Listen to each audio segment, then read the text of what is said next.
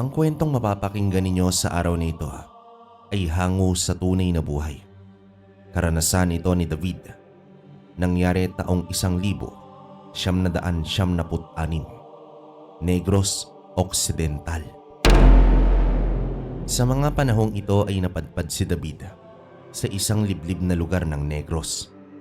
Sa kadahilanang nawawalan na siya ng pag-asa sa buhay sa Maynila. Nawalan ng trabaho, hiniwalayan ng nobya at namatayan pa ng magulang. Nagpunta naman siya sa kanyang ate na nakapangasawa ng taga-probinsya. Sa tingin niya, kailangan niya ang bagong paligid, bagong lugar at bagong makakakilala. Nais niya munang pahingahin ang sarili sa lugar na maingay, magulo at nagparanas sa kanya ng sunod-sunod na kamalasan. Maswerte naman siya dahil mabait at maunawain ang asawa ng kanyang kapatid na si Edgar. Ayon dito, kahit sa bahay pa siya tumira, ay ayos lamang ito. Isang simple at payak na pamumuhay lang naman ang meron sa pamilya ng kanyang ate Bernadette. Isang mangingisda itong si Edgar habang guro naman sa elementarya ang kanyang ate. Upang hindi naman siya maging pabigat, ay tumutulong siya sa mga gawain. Isa na dito ay ang paghatid sundo niya sa kanyang ate at sa anak nitong si Biboy na nasa 8 taong gulang. Minsan isang araw, si Biboy lang ang naihatid niya dahil may sakit itong si Bernadette.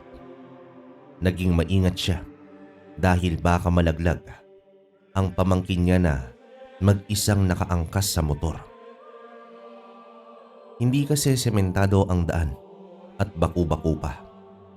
Habang hawak-hawak niya ang pamangkin papasok ng paaralan, napansin niya ang isang batang kasing edad ni Biboy na nakaupo lamang sa gilid ng isang kwarto at umiiyak. Naawa naman siya, kaya nilapitan niya ito at tinanong kung ano ang nangyari. Hindi naman ito sumagot, bagkus si Biboy ang nagsalita. Ayon sa kanyang pamangkin, ang batang yon ay si Jello. Malimit itong inaasar ng ibang mag-aaral, kaya siguro umiiyak na naman ito. Nagmagandang loob siya at dinala si Jello sa mismong silid nito. Katabi lang pala yon sa silid ng kanyang pamangkin. Makalipas ang ilang araw, bumaba mula sa motor sina Bernadette at ang anak nito nang nagkatinginan sila ni David. Ang mga guro kasi ay nagkumpulan sa labas ng silid-aralan katabi sa silid ni Biboy. Sumama na rin itong si David sa loob upang makiusyoso. Sa itsura ng mga guro ay bakas ang pagtataka at labis na pag-aalala. Hanggang sa napag-alaman niya na ang mga estudyante sa silid na yon, karamihan ay hindi pumasok.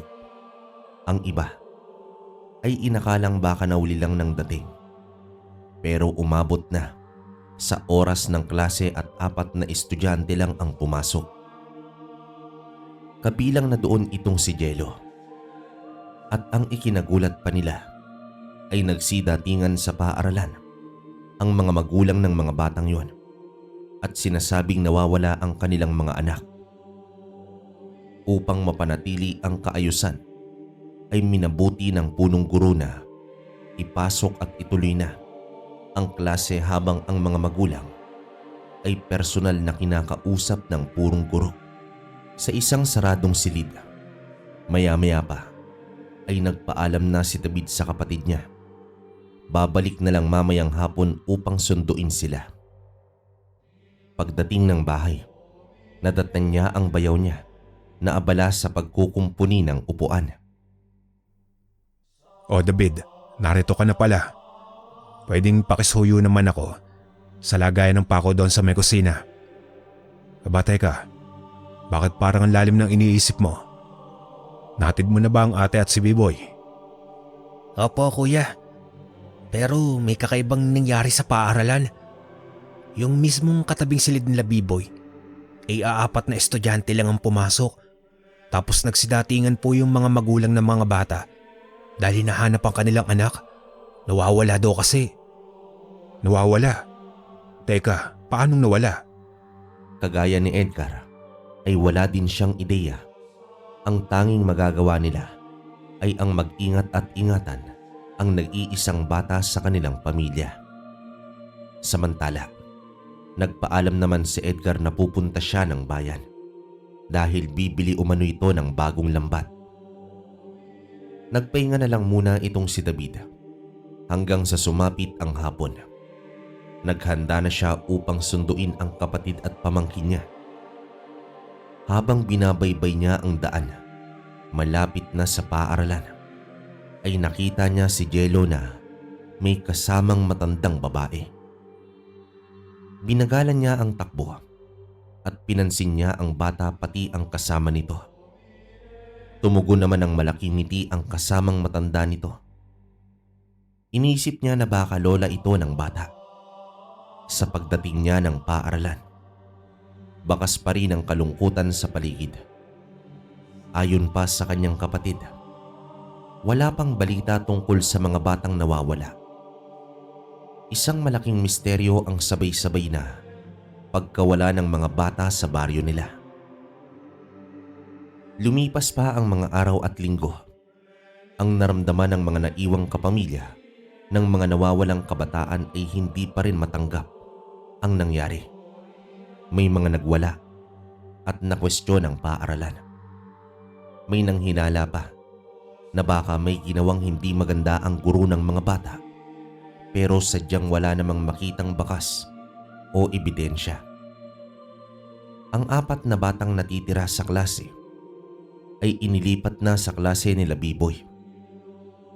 Bagamat karamihan sa mga magulang ay kumilos ng mag-isa upang mahanap ang mga anak nila, ay nanatili pa ring misteryo ang lahat.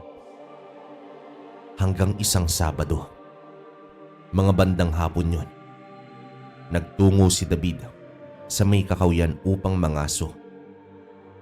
Mula naman sa bukana ng kakawyan ay may natatanaw na mga kabahayan at nakita niya ang batang si Jello. Naghahakot ito ng mga panggatong na animoy may niluluto. Kasunod nito ay ang pag-igib sa balon na ilang metro lang din ang layo sa likod bahay. At kung ano-ano pang gawain ang nasilayan ni David na ginagawa ng bata. Para bang wala itong mga magulang na siya dapat ang gumagawa sa mga mabibigat na bagay. Dahil sa nakita niya ay nakadama ng pagkaawa itong si David. Sa pag-uwi niya ng bahay ay inalam niya sa kapatid at sa pamangkin kung may mga magulang ba itong si Jello. Ayon naman sa kanyang kapatid, meron naman daw. Sa katunayan, kalimitan ay ang ama nito ang naghahatid sundo sa bata. Pero nitong huli ay mag-isa na lamang itong umuwi. Nabanggit din ni David na minsan ay nakita niya ang bata na may kasamang matanda. Napakunot no naman itong si Bernadette, pero hindi na rin ito binigyan pa ng pansin. Baka kamag-anak lang yon ang bata. Gayunpaman, hindi pa rin siya mapakali. Para bang may kakaibang nararamdaman si David simula noong nakita niya ang bata na tila ginagawang alila. Kaya kinabukasan, araw ng linggo, ay muli siyang nagtungo sa may kakawyan. May dalang baril pero ang sadya talaga niya ay antabayanan ang ginagawa ng bata. At hindi nga siya nagkamali. Ganon at ganon pa rin ang ginagawa ng batang si Jello. Ilang oras pa ang nakalipas. Hindi na nakatiis itong si David. Lumapit siya sa bahay at kunwaring magbibigay ng mga napitas na bayabas kay Jello. Nagbigay galang naman siya at sa pagbukas ng pinto ay lumabas ang matandang babae na napakaamo ng muka. May ngiti din ito na nakakapanghalina Para bang napaka palakaibigan ng matandang yon. Maayos nitong hinarap si David at nagpasalamat ng gusto sa ibinigay na mga prutas.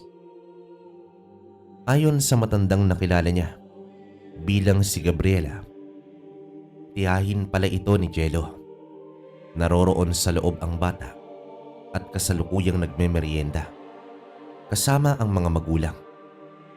Bahagya naman siyang sumilip sa bintana na nasa tabi lang ng pinto at nakita niya nga ang tatlong nilalang na nakaupo sa mesa. Nakatalikod ang mga magulang habang kaharap ang bata na kumakain. Sa kadahilanang nahihiya siya sa pag-aya ni Gabriela na sumama sa merienda, ay nagpaalam na lang ito na aalis na. Sa pagharap niya sa tiyahin ni Jello ay saka pa lamang siya na panatag. Lalo pat nabanggit nito na napakabait na bata ang pamangkin at nais talaga nitong tumulong at matuto sa mga gawaing bahay. Habang papalayo na siya sa bahay ay nakaramdam naman siya ng hiya dahil sa maling iniisip na inaabuso ang 8 taong bata ng kanyang pamilya. Sa kabilang banda, nakabuo na ng samahan ang mga tao para ito sa paghahanap sa mga batang nawawala. Ang ilan ay nawala ng pag-asa na muling matagpuan pa ang mga ito. Pero karamihan ay determinadong malutas ang misteryong bumabalot sa kanilang baryo. Kuya Edgar, balita ko sasali ka daw sa samahan ng mga magulang. Ako din po, sasali din ako. Kahit ilang buwan pa lang ako dito. Kahit papaano naman kasi napamahal na rin sa akin ang lugar na ito. Tsaka sobrang kawawa yung mga biktima. Kaedad lang sila ni B-Boy. Pero laking pasalamat ko na lang dahil hindi. Sana makita na yung mga bata. Makakapatay ako ng tao kapag sa akin nangyari ito, David. Hindi ako makapapayag na may manakit sa aking anak. Siya nga pala, bilang kabaryo ka na rin, nais ko sana magpatulong sa'yo. Kung misteryo nga ang pangyayaring ito, may kakilala akong biyasa sa ganitong bagay. Ayon ba kay Edgar, isang antingero ang kakilala niya. Nakatira ito sa paanan ng bundok at nagngangalang Rodel. Dagdag pa ng kanyang bayaw. Nabibilang lang ang pagkakataong nakikita niya itong si Edgar at hindi niya na maalala kung kailan ang huli. Gayunpaman, kinabukasan ay agad na silang tumungo sa sinasabing lugar ni Rodel. Bago naman magtanghali, ay narating na nila ang isang kubo sa may paanan ng bundok. Sa labas nito ay may kamalig na napupuno ng mga galong may laman ng mga tuba. Umaalingasaw din sa paligid ang halimuyak sa inuming mula sa nyog. Sumisilip-silip sila sa kubo at nagbigay galang hanggang sa may nagsalita sa kanilang likuran. At doon nila nakita itong si Rodel.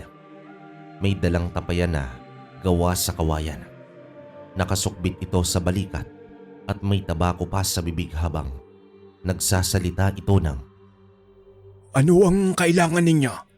Bibili ba kayo ng tuba? ang boses ni Rodel ay may malumanay pero mayroong otoridad. Sa itsura nito, mukhang galing pa ito sa trabaho. Nalanghap din ni David ang amoy tuba ng katawan ng lalaking yon. Matapos ng maiksing pagpapakilala, ay tinumbok na agad ni Edgar ang kanyang sadya.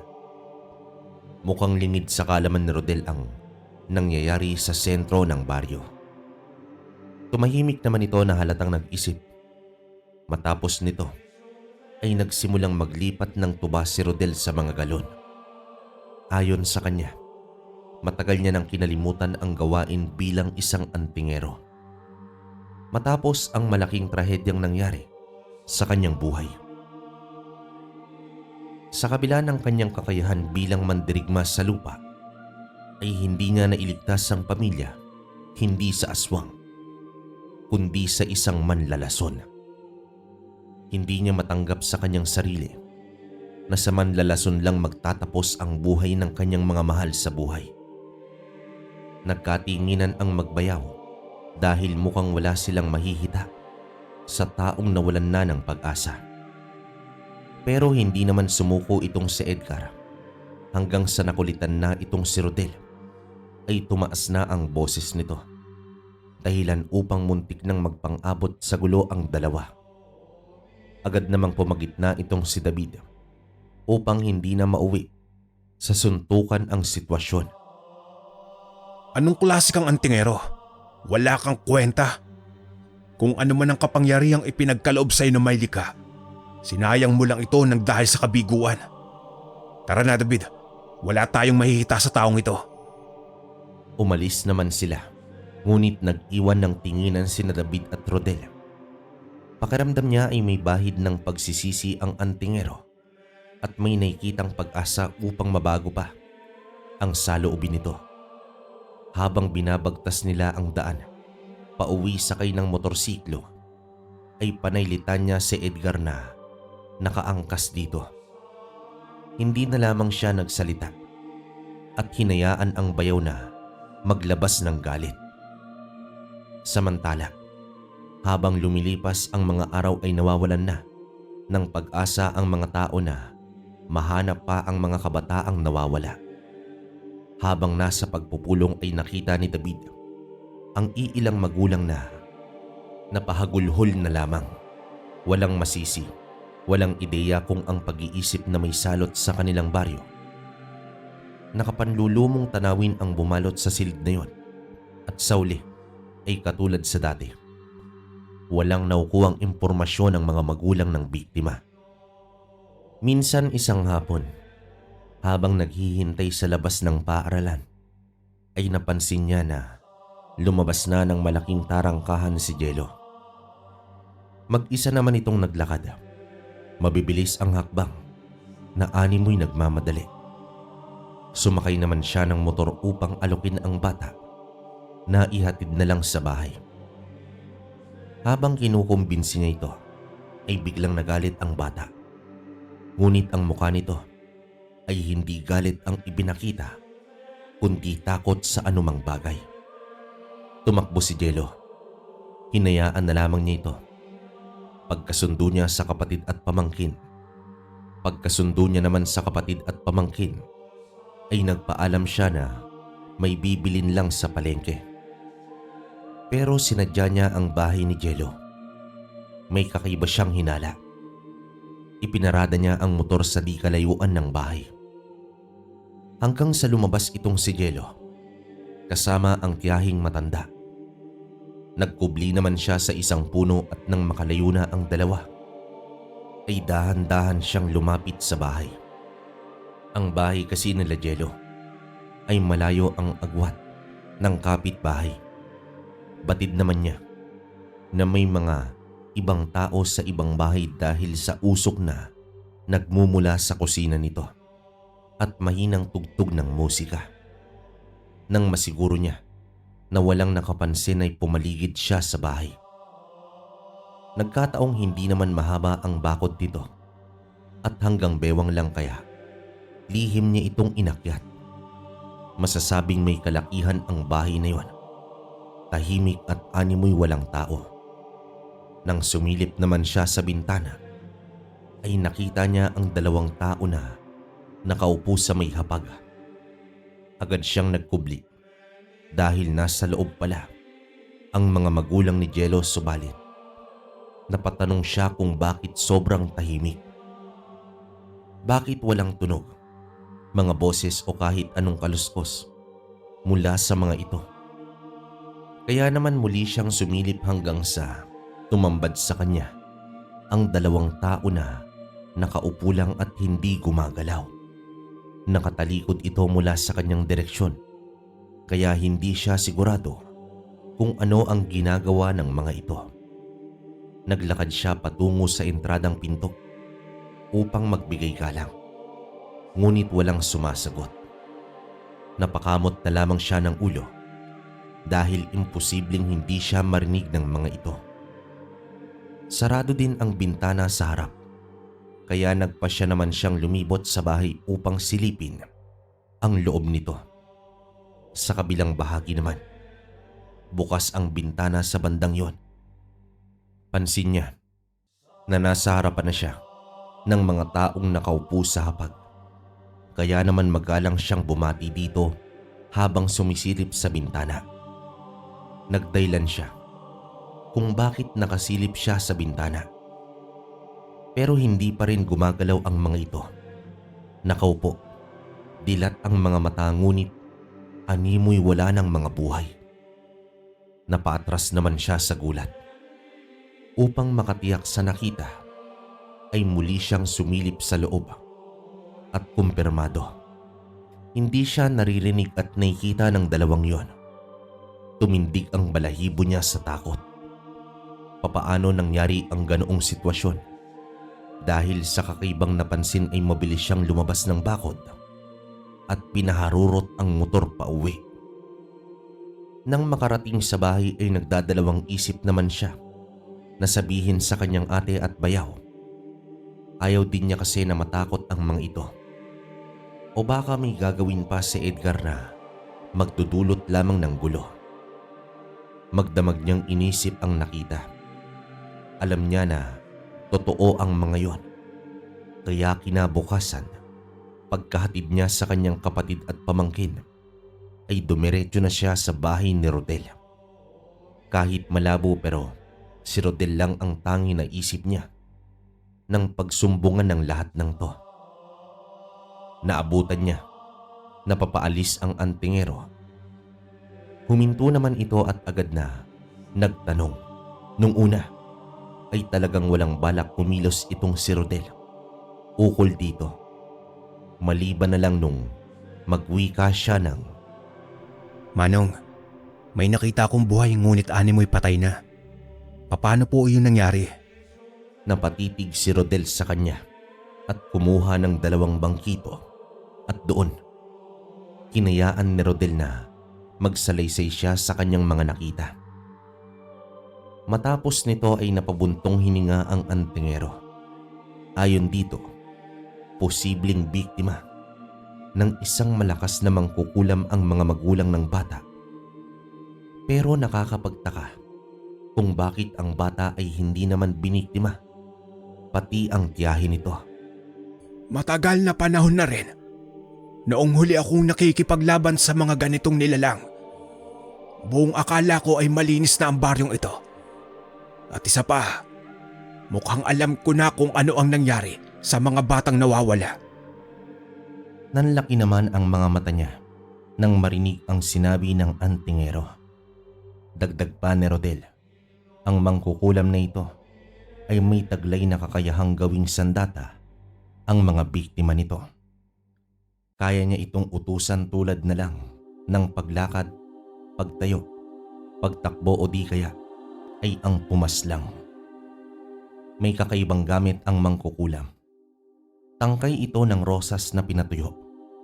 Dito niya inilalagay ang anumang gamit ng biktima, tulad ng buhok, damit o kahit bagay na pag-aari nito. Ito lang ang kailangan upang maging epektibo ang orasyon na gagamitin ng nilalang na yon. At kaya na nitong ipagawa ang lahat na naayon sa kanyang kagustuhan. Subalit, kung gaano man kalakas ang sumpa nito, ay siyang kadali naman itong kontrahin. Hindi na nito kailangan pa ng may karunungan. Kahit sino ay pwedeng magputol ng sumpa. Walang ibang gagawin kundi putulin ang tangkay at ora mismo ang sumpang ginawa ng mangkukulam ay babalik lahat sa kanya. Kaya naman ang mga tangkay na ito ay labis-labis niyang iniingatan. Subalit, sa kabila ng impormasyon ay may kulang pa. Ang pagkakakilanlan ng mangkukulam at iyon ang hahanapin ni Rodel. Nagbungkahi naman siya na tumulong sa antingero. Tiningnan siya ni Rodel mula ulo hanggang paa at bahagya itong natawa. Ano ba naman kasi ang laban ni David sa isang mangkukulam pero pinagbigyan naman siya ni Rodel. Pumanhik ito ng bahay at saka pagbalik ay may inabot na 1 kwintas. Isa itong dignum na pangontra laban sa sumpa ng kulam.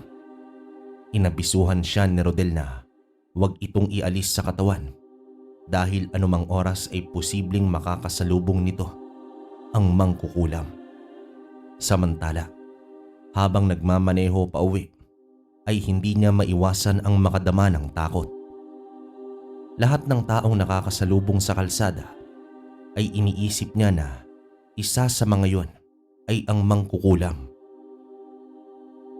Lumipas ang isang araw, habang nag-aabang siya sa labas ng paaralan, ay muli niyang nakita itong si Jello na naglakad na naman mag-isa. Hindi niya na ito nilapitan, bagkus pasimple niya itong pinagmasdan hanggang sa natanaw niya na sinalubong ito ng kanyang tiyahin at sa itsura ni Jello ay para ba itong natatakot habang seryoso naman ang muka ng matanda. Bigla siyang kinutuban ng malakas. Mukha kasing ang matanda lang ang hindi apektado sa nangyayari sa bahay ng pamilya ni Jello. Kaya naman bago sumapit ang dilim ay pinuntahan niya agad si Rodel at dito ibinahagi ang kanyang hinala. Magaling, David. Hindi ko pa man nasisilayan ang sinasabi mo. Mukhang may basehan ang hinala mo. Hayaan mo at pupuntahan natin ang bahay na yon. Kinabukasan ay maaga pa lang, nasa palengke na siya. Bibili kasi siya ng patalim upang gamiting sandata laban sa mangkukulam. Usapan kasi nila ni Rodel na pagsapit ng hapon ay pupunta sila sa bahay na yon. Mas mabuti nang maging handa. Matapos niya namang bumili ng sundang, ay pinatalasan niya muna ito sa magtatalas na nasa tabi lang din ng palengke. Habang naghihintay ay tumungo muna siya sa isang tindahan upang magyosi. Ilang saglit pa ay nakita niya ang isang batang babae na naglalakad. Sira-sira ang katawan, animoy taong grasa. May mga nakapansin na din pero iniiwasan ito dahil sa dungis ng itsura hanggang sa bigla nitong inatake ang isang lalaki. Namukaan naman niya ang lalaking biktima. Ito ay ang namumuno sa samahan ng mga magulang upang hanapin ang mga nawawalang kabataan. Nagulantang ang lahat sa uri ng pag-atake ng bata sa lalaking may edad na. Sinunggaban ito at kinagat sa leeg. Animoy isang mabangis na hayop ang bata. Nagsisigawan na ang lahat at walang may tapang na umawat sa pag-ataking yon. Hanggang sa may dumampot sa bata, si Rodel, ang magtutubang antingero. Animoy dumampot lang ito ng pusa habang ang bata ay nagpupumiglas at walang ibang hangad kundi atakihin ang lalaki. Dito nag-usal si Rodel sa kanyang palad at inilapat ito sa noo ng bata. Nang biglang nangisay ang batang babae hanggang sa nawalan ito ng malay. Nilapitan ni Rodel ang biktimang lalaki at humingi siya ng tulong sa mga tao upang madala agad sa klinika ang biktima. Matapos nito ay sa bata naman siya nakatuon. Umiiling itong si Rodel. Ayon dito, biktima ang bata ng sumpa ng isang mangkukulam. Malamang isa yon sa mga batang nawawala. Nang makalapit na siya sa antingero, ay inatasan siya ng antingero na kumuha ng sasakyan dahil dadali nila ang bata sa kanyang bahay. Mabilis naman niyang kinuha ang kanyang motorsiklo at dumiretso na sila sa bahay ni Rodel. Balak sana niya na iharap ang bata sa mga magulang kung may nakakakilala ba nito. Ngunit pinigilan siya ni Rodel dahil hindi pa malaya ang bata mula sa sumpa. Ibig sabihin, anumang oras ay pwedeng mag-utos ang mangkukulam at ang malalapa ay baka utusan nitong paslangin ang lahat ng taong nakikita. Dalawang paraan lang upang maputol ang sumpa. Una, ang paslangin ng mangkukulam at ang pangalawa, kitlan mismo ang buhay ng bata. Nagpasya naman si Rodel na mas makakabuting itago muna ang bata sa bahay nila at itali ito upang hindi makagawa ng kahit ano. Manong Rodel, wala po bang ibang paraan upang matanggal ang sumpa? Ikinalulungkot ko, David. Pero ang batang iyan ay nagmistulang alipin na ng demonyong iyon. Habang hindi pa natin nahahanap ang mangkukulam, mananatili muna siya dito. Ano na po ba ang gagawin natin sa mangkukulam? Ano pa nga ba? Di putulin ang kasamaan. Humanda ka, David. Tatagan mo ang iyong sarili. Alam kong bago sa iyo ito. Pero lahat naman ay may unang karanasan, di ba? Ituring mong isa ito sa mga magiging unang karanasan mo. Ang tumugis ng mangkukulam. Sa mga salitang yon, pakiramdam niya ay may nakaakibat na responsibilidad sa kanyang balikat. Ang planong pagpapahinga niya sa probinsya ay nauwi sa ganitong sitwasyon pero wala na siyang mapagpipilian pa. Gagawin niya ito hindi lang para sa mga biktima, kundi sa magiging biktima pa ng mangkukulam. Bagamat naawa siya sa batang biktima, pero kailangan nila itong itali, busalan at ikulong sa kwarto.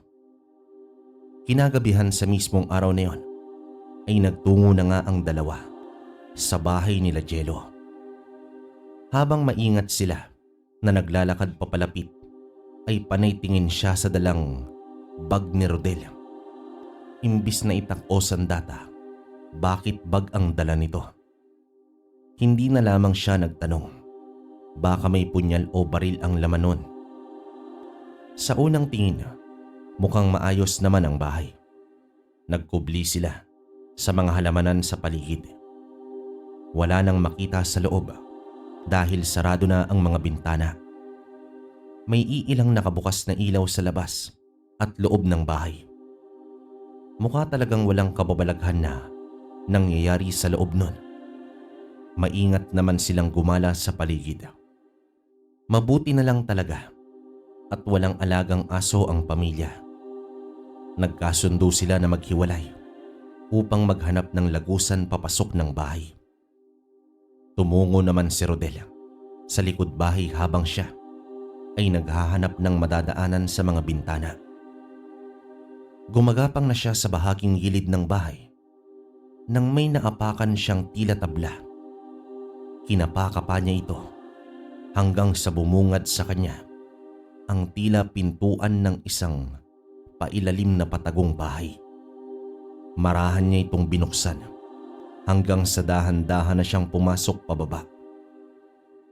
Hindi rin naman kasi mahirap dahil may hagdanan na talagang sadyang pinagawa. Sinarado niya nang marahan ang pinto at nagpatuloy sa pagbaba. Sa sobrang dilim noon ay para kang nakapikit na at nang marating niya na ang sahig nito ay dito niya na binuksan ang flashlight na kanyang dala. Dahang-dahang gumapang ang liwanag sa may sahig hanggang sa tumambad sa kanya ang napakaraming bata na nakaupo sa lupang upuan at sa may sahig. Kinilabutan siya sa mga nakita dahil nakadilat lang ang mga ito na animoy estatwa. Halos hindi na siya makagalaw sa takot na kanyang naramdaman. Para bang may pumigil sa kanyang kalamnan na kumilos. Nais niya nang tumakbo, pero sadyang may kakaibang enerhiya ang bumalot sa buong katawan. Bukod sa nakakatakot ay nakakaawa din ang kalunos-lunos na sinapit ng mga batang yun. Madumi, may mga dugo sa bibig. Parehong-pareho ang itsura sa batang umatake sa bayan. Ilang saglit pa, bago pa siya nakakuha ng lakas, pinilit niyang umakyat muli upang makalabas sa impyernong lugar na yon. Habol ang hininga niya nang mabuksan ang pintuan. Sa pagsara niya ay agad naman siyang umalis at hinanap itong si Rodel.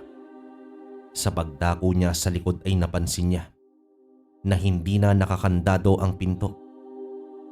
Inisip na nakapasok na ang antingero at doon nga nakita niya si Rodel na nakatayo sa may hapagkainan.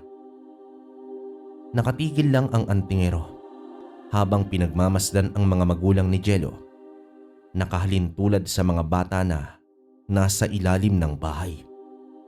Akmang lalapit at magsasalita na sana siya nang sumenya si Rodel na wag maingay. Nakarinig sila ng may hinang yabag na may mga taong bumababa sa hagdanan mula sa ikalawang palapag. Nasa sala ito, kaya mas minabuti nilang hindi na gumalaw o magtago. Pansin rin niya na nasa loob ng bag ang isang kamay ni Rodel.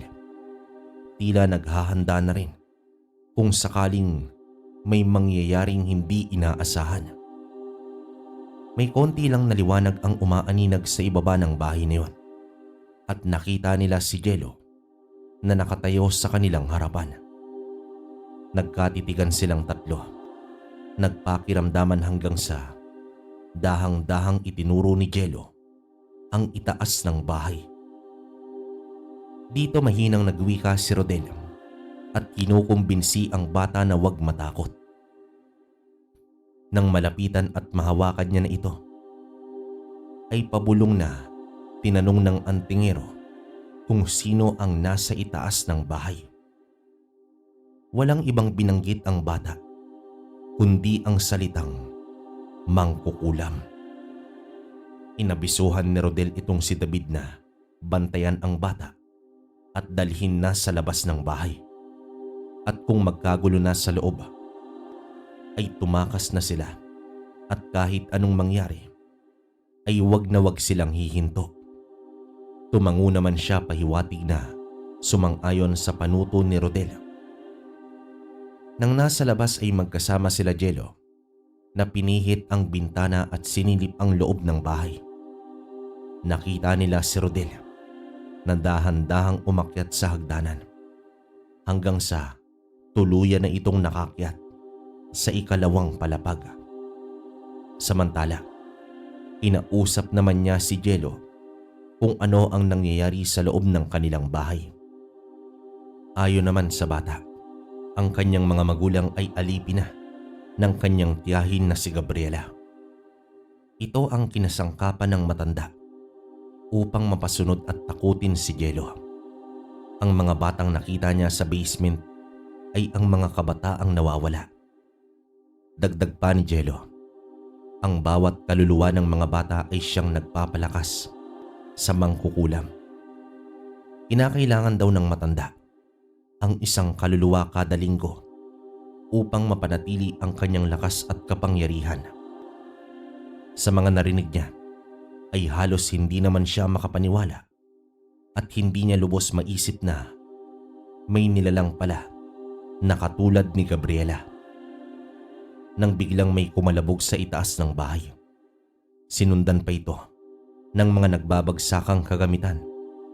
May karambolang nangyayari hanggang sa lumusot si Rodel mula sa bintana at bumagsak sa lupa. Kasunod nito ay ang pagtalon ng mangkukulam.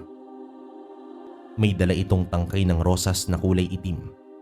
Habang nag-uusal ay pinilit ni Gabriela na makakuha ng bagay na nagmumula kay Rodel, gaya ng pagkalmot sa damit nito.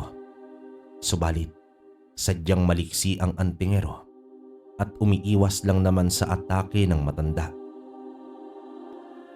Hindi rin may kakaila na may abilidad ito dahil sa kabila ng anyo nito ay maliksi at mabilis pa din kung kumilos. Lumingon si Gabriela kay Jello at galit nitong inutusan ang bata na pumasok sa loob ng bahay, ngunit mahigpit itong kumapit sa balikat ni David. Dahilan upang mainis itong si Gabriela at naglakad papalapit sa kanila. Umugot ito ng isa pang tangkay na may nakataling tela. Sumigaw naman itong si Jello dahil sa takot na siya naman ang makontrol ng tiyahin niya. Ngunit bago ito may isagawa ni Gabriela ay may tumarak mula sa likuran nito. Nakita ni David ang kumikinang na matulis na bagay na tumagos sa dibdib ng mangkukulam. Sumigaw naman ito, tanda ng napakatinding sakit na kanyang nararamdaman. Hinugot ni Rodel ang matulis na bagay at nakita ni David ang isang sungay ng kalabaw na tila kulay ginto. Bumulagta na sa lupa ang mangkukulam. Nangingisay ngunit nagawa pa nitong magpakawala ng sumpa, pero iniangat ni Rodel ang isa pang sungay na tila may hinigop sa hangin. Kasunod nito ay ang sabay na pagsaksak niya sa mangkukulam gamit ang 2 gintong sungay. Dito na umangil ang matanda. Nagsimulang magpalit anyo. Nalagas ang mga buhok. Kumulubot ng gusto ang balat hanggang sa natunaw na parang gomang isinalang sa apoy. Nang mapagtanto ni David na tapos na ang mangkukulam, ay itinuro niya na ang lagusan papunta sa mga bata. Pero inaya sila ni Jello sa ibang daanan na mas madali. Pero bago nun ay dinala muna sila sa itaas ng bahay. At doon sa silid ni Gabriela sila dinala ng batang yon. Nakita nila ang malademonyong kaharian ng mangkukulam. May altar ito na may bungo ng kambing na mahaba ang sungay. Ayon kay Rodel, isa itong lamiya. Sa paggalugad pa nila ay ipinakita ni Jello ang isang maliit na timba kung saan naroroon ang mga tangkay ng rosas na may nakakabit ng kung ano-anong bagay. Ito daw ay ang mga sumpang nakakabit sa bawat bata na nasa baba ng bahay nila. Isa-isa namang pinagbabali ni Jello ang mga ito hanggang sa nakarinig sila ng mga iyakan sa ibaba. Nang pasukin nila ang ilalim at binuksan ang ilaw, ay naroroon ang iilang kabataan na umiiyak at takot na takot. Pero ilan din sa mga ito ay wala ng buhay. Akmang kakausapin ni Rodel ang mga ito, ngunit nagtakbuhan na ang mga ito. Pipigilan sana ni David ngunit pinigilan siya ni Rodel at hinayaan ang mga bata na umalis na. Kung papaano sila napunta dito, ay iyon din ang gagawin nila upang bumalik sa kani-kanilang pamilya. Kahit magulo, ay nag-umpisa ng maunawaan ni David ang kababalaghan. Inausap naman ni Rodel si Jello kung may mapupuntahan pa ba ito. Ngunit tumingin ito kay David. Pahiwatig na nais niyang sumama sa binata. Tatanggi sana si David ngunit wala na siyang mapagpipilian pa sa sitwasyon niya. Nagwika naman si Rodel na isama na lamang ang bata at siya na ang bahala sa batang nakakulong sa kanyang bahay. Bago nila nilisan ang lugar, ay inilabas nila ang mga bangkay. Kasama na dito ang mga magulang ni Jello. May mga kapitbahay na rin na naglabasan at nakasaksi sa pagsunog ni Rodel sa bahay na minsan ay pinugaran ng isang mangkukulam. Kinabukasan naman ay nagbundi ang baryo dahil sa pagbabalik ng mga bata. Bagamat matamlay at bakas pa rin dito, ang takot ay naging masaya na rin ang kanilang pamilya.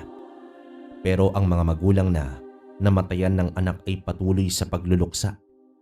Binigyan naman ng maayos na libing ang mga nasawi sa kamay ng mangkukulam. Pero sa kabila ng lahat ay hindi pa rin kumbinsido ang lahat, lalo na ang mga nasa otoridad. Wala silang mahanap na katibayan tungkol sa mangkukulam at sa mga gamit nito. Ayon kay Rodel, mas mabuti nang matupok sa apoy ang mga yon, baka kasi ito pa ang pagsimula ng panibagong kasamaan sa baryo. Hindi na rin nagpumilit itong si Rodel na maniwala ang lahat dahil ito naman talaga ang realidad sa mundo. Gayunpaman, pumayag naman ang kapatid at bayaw ni David na manatili sa kanila ang bata. Ngunit isang gabi, inausap siya ni Edgar. David, sigurado ka ba sa desisyon mo? May institusyon naman ang kakalinga sa mga batang ulila. Hindi naman sa ayaw ko sa bata, pero hindi rin natin maiiwasan na mag-isip sa katotohanan na pinagmulan ng bata. Tiyahin niya ang mangkukulam. Paano kung Tama na po Kuya Edgar. Pero hindi porket kadugo niya ang mangkukulam, ay ganoon na din po siya. Sa una pa lang ay nakadama na ako ng awa sa bata. At alam ko naman na hindi ka mapapakali pati si ate. Kaya po napagpasyahan ko na isasama ko si Jello sa pagbalik ko sa Maynila. Aalagaan at palalakihin ko siya ng maayos. Makalipas ang ilang araw ay unti-unti nang bumalik sa normal ang buhay ng mga tao sa baryo. Si Jello ay nagpatuloy pa rin sa pag-aaral at kaklase na ni Biboy. Nakitaan na rin ito ng ngiti, pero may mga sandaling nakatulala lang ito. Marahil na alala ang nasirang mga magulang.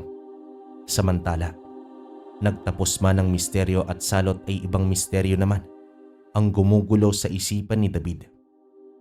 Hindi mawala sa kanya ang gintong sungay ni Rodel na siyang pumaslang sa mangkukulam. Kaya naman ang magkaroon siya ng pagkakataon ay dumalaw siya sa bahay ng antingero. Tahimik ang lugar nang siya'y dumating. Doon na lamang siya naupo sa may kamalig habang hinihintay ang sadya. Makalipas ang halos 1 oras ay dumating na itong si Rodel. Nakasukbit itong tapayan sa likod. Gaya ng dati ay umaalingasaw ang amoy ng tuba. Nang masabi niya na ang sadya, ay kumuha ng pitsil itong si Rodel. Sinalinan ito ng tuba at nag-umpisa ang tagayan. Naging kuryoso siya tungkol sa gintong sungay pero hindi ang pagiging ginto nito, kundi ang kapangyarihang meron nito. Sobrang bago kasi sa kanya ang mga pangyayari nitong huli. Ayon kay Rodel, hindi naman talaga sungay ang pakay niya sa kalabaw. Sa gabi ng mahal na araw 2 dekada na ang nakalipas. Ito ang panahon na maraming mutya ang makukuha. Sinunod niya ang payo ng isang albularyo. Noon pa man kasi ay nais na ni Rodel na makuha ang mutya ng ngipin ng kalabaw dahil sa napakalakas ng kabal nito. Hindi lang ito magagamit niya sa mga nilalang ng dilim kundi pati na rin sa pang-araw-araw na gawain. Sa buong akala niya na natagpuan niya na ang kalabaw na yon ay nagkamali siya. Makukuha lang kasi niya ang mutya sa isang naghihingalong kalabaw pero iba ang kumuha ng atensyon ni Rodel. Ang kulay ginto ang kanyang nasilayan. Hindi rin niya ito sapilitan na kinuha, bagkus nalagas ito mismo sa ulo ng kalabaw bago bawian ng buhay. Gawa nga sa pagkataranta ay kinuha na lamang niya ang sungay at tumakbo na pabalik sa bahay ng albularyo. At simula nun ay tinangan niya na ang kapangyarihan ng gintong sungay. Naging mandirigma si Rodel at aminado siya na masaya siya sa tuwing nakakatulong, ngunit ito din pala ang dahilan kung bakit nawala sa kanya ang mga mahal sa buhay. Minsan ay may taong manlalason siyang pinatawad, subalit ito pala ay babaliktad sa kanya. Nilason nito ang buong pamilya niya. Isang gabi ay naabutan na lamang niya ang pamilya na nakabulagta na sa may sahig at malamig na bangkay. Napaslang man niya ang manlalason na yon, pero kasabay na nawala ang kanyang pagiging antingero. Kaya naman narinig niya mula kay David ang nasaksiyan nito sa bahay ng mangkukulam ay tila bumalik sa kanya ang lahat at ang pagnanasang bigyang hustisya ang mga biktima. Inamin rin ni Rodel na malaki ang kanyang pasasalamat dito dahil ginising nito ang matagal nang natutulog na apoy ng kapangyarihan. Kaya naman nangako siya sa binata na kahit anong oras kung kinakailangan niya ang tulong ay agad na sasaklolo siya sa binata. At sa araw na yon ay nabuo na ang mas malapit na pagkakaibigan nila David at Rodel. Kahit saan ka man mapadpad, David, isipin mo na may kaibigan ka sa lugar na ito. Isang kaibigan na handang tumulong sa'yo sa kahit anong paraan. Samantala, makalipas ang ilang buwang panahon ng bakasyon, natapos din ni Jello ang isang baitang ng pag-aaral.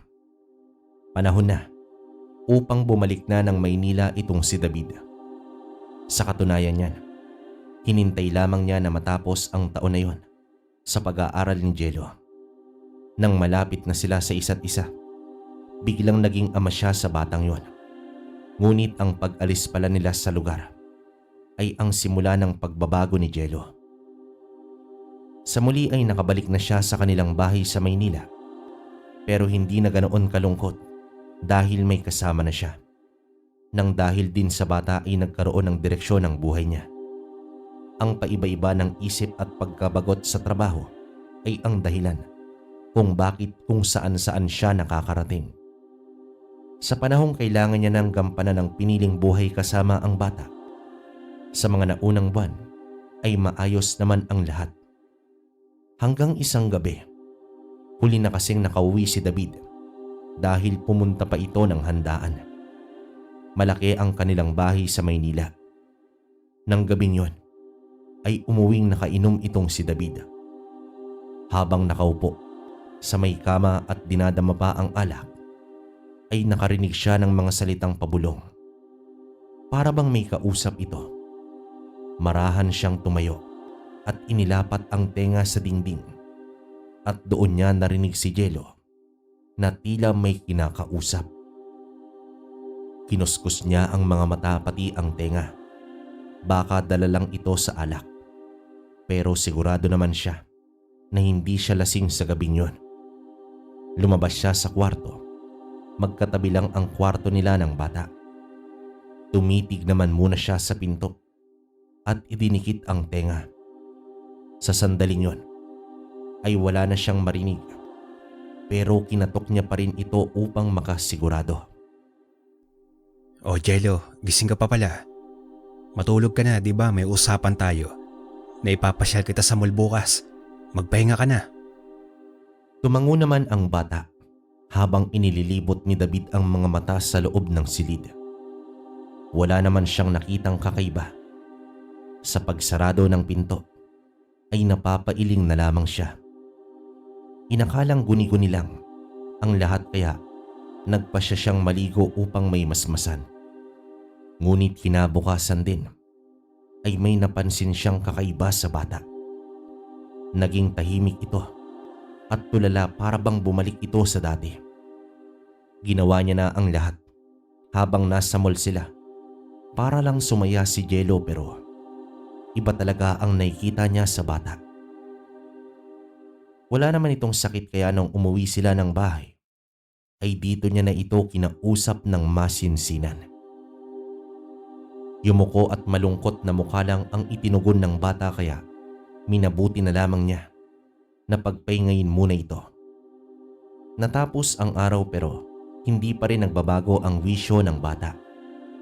Kinaumagahan, araw ng linggo, kinausap niya ng normal si Jello upang maghanda na sa kanilang pagsisimba. Ngunit nakaupo lang sa kama ang bata at hindi kumikilos. Medyo nairita siya dahil hindi siya pinakinggan, kaya nilapitan niya na ito at medyo tinaasan na ng boses ng biglang nagwika itong si Jello ng pasigaw. Ayoko magsimba. Ayokong sambahin ng Diyos ninyo. Halos mabilaukan siya sa kanyang narinig. Sa iilang segundo ay para bang nakita niya ang figura ni Gabriela sa mukha ni Jello. Bagamat may takot, nilapitan pa rin niya si Jello at sinabing hindi na sila tutuloy pa sa simbahan. Niyakap niya ang bata at muling nanumbalik sa kanya ang alaala sa Negros. Gayunpaman, sa buong araw na yon ay hindi naman naging bayolente ang bata. Pero iba na talaga ang kanyang kutob kaya sa pagpasok niya ng trabaho ng Lunes ay nagpaalam na siya sa kanyang amo. Naliliban muna ng ilang linggo. Natawa ang amo niya, sabay wika ng, Aba, kay bago-bago mo pa lang, humihingi ka na kagad ng leave. May kakapalan din pala yung pagmumukha mo, David. Boss, importante lang po talaga. Buhay ng anak ko ang nakasalalay dito. Hindi ako papayag at wala akong pakialam din sa anak mo. Magtrabaho ka. Napakuyom na lang ang kamay ni David habang lumalabas ng opisina ng amo. Pero buo na ang kanyang pasya. Dadalhin niya si Jello kay Rodel. Wala na siyang ibang alam sa pangyayari sa bata kundi ang kaibigang antingero at alam niya na hindi siya bibiguin nito. Hindi na tinapos ni David ang araw na yon. Lumabas na siya ng pinagtatrabahuan at lumayas. Bumili na rin siya ng tiket ng bapor. 3 araw pa bago ang biyahe nila. Sa mga araw na nasa Maynila pa sila, ay talaga namang nagbago itong si Jello. Kahit ang pag-aaral ay hindi na nito ginagawa at hinahayaan na lamang ito ni David. Sa takot niya na baka kung ano ang magawa ng bata sa kanya o lalong-lalo na sa paaralan. Kapag kinakausap naman niya ng mahinahon si Jello, ay sumusunod naman ito. May mga sandali pa na niyayakap siya nito at sinasabing hindi siya pababayaan ni Jello. Kahit papaano ay napapawi ang takot niya. Subalit nangangamba naman siya kung ano ang mangyayari sa darating pang mga araw. Naalala niya ang sinabi ni Edgar tungkol sa lahing pinagmulan ng batang si Jello. Diyos ko, huwag niyo namang ipahintulot na maging katulad ni Gabriela ang anak ko. Samantala, nasa bapor na sila papuntang Negros. Ganoon pa rin ang itsura ni Jello. Hindi malungkot, hindi rin masaya. Ngunit may kakaibang otoridad sa bawat titig nito. Nang dumaong na ang bapor, ay mahigpit ang pagkakahawak niya sa kamay ng bata dahil sa siksikan ang mga tao. Nang makalabas na sila ng pier, ay may humablot sa maliit na bag ni David kung saan naroroon ang pera at mahalagang bagay. Hinabol niya ito sabay sa mabilis na habilin sa anak na wag umalis sa kinatatayuan. Umabot na sila sa isang lugar kung saan wala ng tao, ngunit may maraming mga nakaimbak na kahon mula sa kargamento ng mga barko. Dito na huminto si David dahil iniisip niya na may kasama ang magnanakaw at baka ikaalanganin pa ng kanyang buhay. Malungkot naman siyang bumalik ngunit nakarinig siya ng sigaw ng taong namimilipit sa sobrang sakit at nakita niya ang magnanakaw na nakadikit ang katawan sa mga kahon habang nasa harapan nito si Jello. Kitang-kita niya kung papaano nabali ang galamay ng lalaki habang nakatitig lang ang bata. Nang mawalan ng malay ang lalaki ay dali-daling hinila niya si Jello upang makalayo na sa lugar. Pero biglang nagwika ang bata ng, Papa, huwag ka pong mag-alala. Ako naman ang magliligtas sa'yo. At habang magkasama po tayo, walang kahit sino ang pwedeng manakit sa'yo. Sa kanilang muling paghaharap ni Rodel, sinabi nito na posibleng naipasa na ni Gabriela ang kakayahan bilang mangkukulam sa bata. Hindi man binanggit pero alam na ni David kung ano ang magpuputol ng sumpa. Walang iba kundi ang kitlin ang buhay ni Jello. Subalit napamahal na sa kanya ang bata. Kaya imbis na tapusin ang kasamaang unti-unting lumulukob sa bata, ay bumalik sila ng Maynila at nagpatuloy sa buhay. Kabaryo, si David ay namuhay hanggang ngayon kasama si Jello na siyang dahilan kung bakit umangat sa buhay. Bagamat taglay ni Jello ang pagiging mangkukulam, hindi naman ito napalitan ang pagmamahal ni David sa kanya. Namuhay sila bilang ama at anak. Ang paglayo niya kay Jello kay Rodel ay isang kabaliwan pero magkagayon pa man, inaasahan na ni David na muling magtatagpo ang landas nila nang magtutuba na may gintong sungay ng kalabaw. Wakas. Okay, para sa akin, napakaganda ng storya. Wala akong masabi. Yun nga lang, medyo nakakalungkot kasi namatay yung mga magulang ng bata, si Jello. Hindi ko lang din sure na Nung una hindi ko akalang kulaman to, pero nung unti-unti kong nalaman, mas alam niyo yung mga ganitong istorya nakakabilib, no? Nakakabilib pero nakakalungkot dahil yun nga, ang daming nawala. Magulang ni Jello, yung pamilya ni Rodel na magtutuba, no, na isang antingero, saka nakakabilib dito yung sungay na ginto ng kalabaw. So yun, hindi niya inaasahan talaga yun. Talagang may ganong pagkakataon sa buhay natin na pag di mo inaasahan, minsan mas maganda pa yung magiging kapalit, no? Which is, yun nga, ang iniintay talaga niya is yung pangil ng kalabaw, pero kita nyo naman, gintong sungay ng kalabaw, di ba? Nakakabilib yun, wala akong masabi. Saka yung Lamia na ginagawa ni Gabriela, grabe yun. Talagang hindi ko alam kung anong klase ng aral tong kaliwa.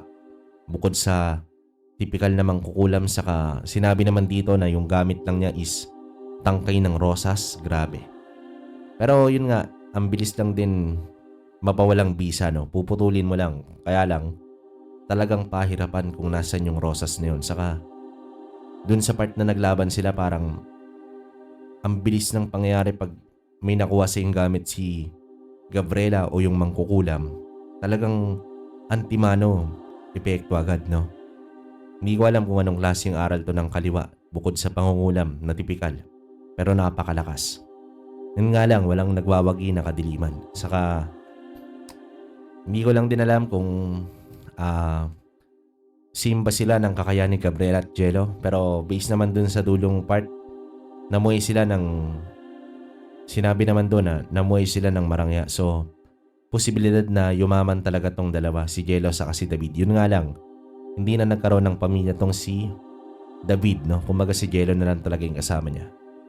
Basta, tama naman yung ginagawa niya, saka walang inaagrabyado. Walang problema yung ganun, kasi may mangkukulam na puti naman talaga. Pero para sa akin, napakaganda. Wala masabi. Kayo mga kabaryo, kung may opinion kayo sa kwento natin, comment nyo sa baba para mabasa namin. Yung shoutout ko sa inyo, next upload na lang. Kaya mag-comment kayo para mabasa ko kung tagasan kayo, yung pangalan nyo, kung gusto nyong ipabate. Sa ngayon, hanggang dito na lang muna.